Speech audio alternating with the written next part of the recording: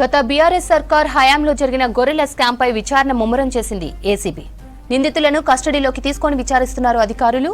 Judicial రిమాండ్లో ఉన్న పశుసంవర్ధక శాఖ మాజీ ఎండీ రామచందర్ నాయక్, తలసాని మాజీ ఓఎస్డీ కళ్యాణ్ కుమార్లను 3 రోజుల పాటు ఏసీబీ కస్టడీకి అనుమతించింది కోర్టు. ఇవాళ నుంచి 3 రోజుల పాటు రామచందర్ నాయక్, కళ్యాణ్లను కస్టడీలో ప్రశ్నించనున్నారు ఏసీబీ అధికారులు. గొర్రెల స్కామ్ లో ఇప్పటికే 10 మందిని నిందితులుగా గుర్తించారు. వీరిలో పలువురిని అరెస్టు చేశారు ఏసీబీ అధికారులు. ఇక దీనికి సంబంధించి మరిన్ని డీటెయిల్స్ రత్నకుమార్ లైవ్ లో అందిస్తారు. రత్న, డీటెయిల్స్ ఏంటి?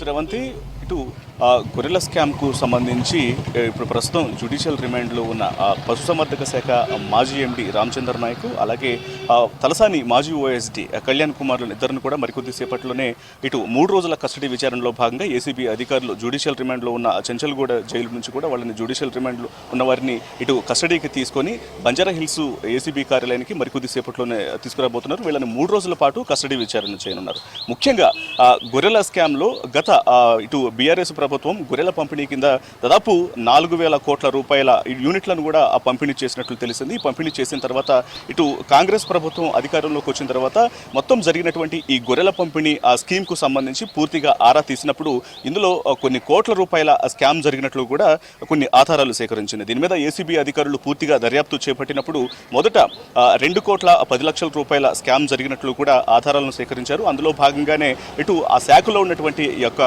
పశుసంవర్ధక శాఖలోని కొంతమంది అధికారులను కూడా అరెస్ట్ చేసి రిమాండ్ చేయడం జరిగింది. ఆ తర్వాత ఈ స్కీమ్ మొత్తం కూడా ఈ స్కామ్ వెనకాల కేవలం 2 కోట్ల రూపాయలు మాత్రమే కాదు, ఇది పెద్ద మొత్తంలో స్కామ్ జరిగిందని కూడా అనేక ఆధారాలు సంపాదించారు. ముఖ్యంగా ఇటు గొర్రెల పంపిణీకి సంబంధించి ఆంధ్రప్రదేశ్, ఇతర రాష్ట్రాల్లో ఉన్నటువంటి కొంతమంది రైతుల దగ్గర కొన్ని కోట్ల రూపాయల లావాదేవీలు చేసి వాళ్లకు డబ్బులు చెల్లించకుండా ఇటు కాంట్రాక్టర్ మొయినుద్దీన్ ద్వారా ఒక ప్రత్యేకమైనటువంటి ప్రైవేటు బ్యాంకు ఖాతాలను ఓపెన్ చేసి ఇవన్నీ కూడా ఇటు ప్రైవేటు వ్యక్తుల ద్వారా మొత్తం అమౌంట్ మొత్తాన్ని పక్కదారి మళ్లించారనేటువంటి విషయాలను కూడా పూర్తిగా నిర్ధారించుకున్న తర్వాత ఎవరైతే యొక్క అవినీతికి పాల్పడ్డారో ఆ అధికారులు మొత్తాన్ని కూడా పట్టుకొని అరెస్ట్ చేయడం జరిగింది. సో దీంట్లో ఇప్పటికే కొంతమంది పరారీలు కూడా ఉన్నారు.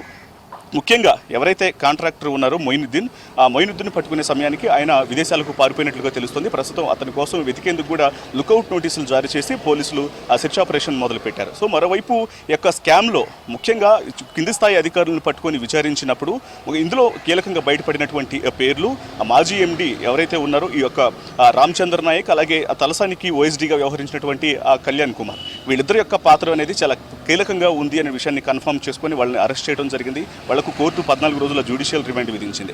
అయితే ఈ యొక్క స్కామ్లో కేవలం 2 కోట్ల రూపాయలు మాత్రమే కాదు, దాదాపు 700 కోట్ల రూపాయల స్కామ్ జరిగిందని దానికి సంబంధించినటువంటి పూర్తి ఆధారాలను కూడా ఇటు ఏసీబీ అధికారులు సంపాదించారు. అందులో భాగంగానే సో వీరిని విచారిస్తే ఖచ్చితంగా ఈ స్కామ్ వెనకాల ఉన్నటువంటి ఇతర మెయిన్ ఈ స్కామ్లో కీ రోల్ ప్లే చేసినటువంటి వ్యక్తులు బయటకు వచ్చేటువంటి అవకాశం ఉంది. అలాగే ఎంత పెద్ద మొత్తంలో ఇంకా స్కామ్ జరిగినటువంటి కీలక విషయాలు తెలుస్తాయి. కాబట్టి 3 రోజుల పాటు ఆ కస్టడీకి కోరటం జరిగింది. సో కోర్టు దానికి అనుమతించింది.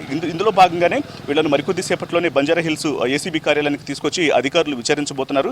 ఈ యొక్క కస్టడీ విచారణలో అనేక కీలక విషయాలు బయటకు వచ్చేటువంటి అవకాశాలు ఉన్నాయి. పైగా ముఖ్యంగా వీరికి దీని వెనకాల ఉన్నటువంటి మెయిన్ సూత్రధారులు ఎవరు, ఇక ఇతర అంటే గతంలో కీలక పదవులు చేపట్టినటువంటి కొంతమంది ఆ నేతల యొక్క ప్రమేయం కూడా ఇందులో ఉంది అంటూ ఇప్పటికే కొన్ని వార్తలు వస్తున్నాయి. కాబట్టి వీటికి సంబంధించి కూడా అనేక కీలక విషయాలను బయటికి రాబట్టేటువంటి అవకాశాలు ఉన్నాయి. మొత్తానికి మరికొద్ది సేపట్లోనే ఇద్దరిని కూడా ఏసీబీ ఆఫీస్కు తీసుకొచ్చి కస్టడీ విచారణ చేయబోతున్నారు. శ్రవంతి.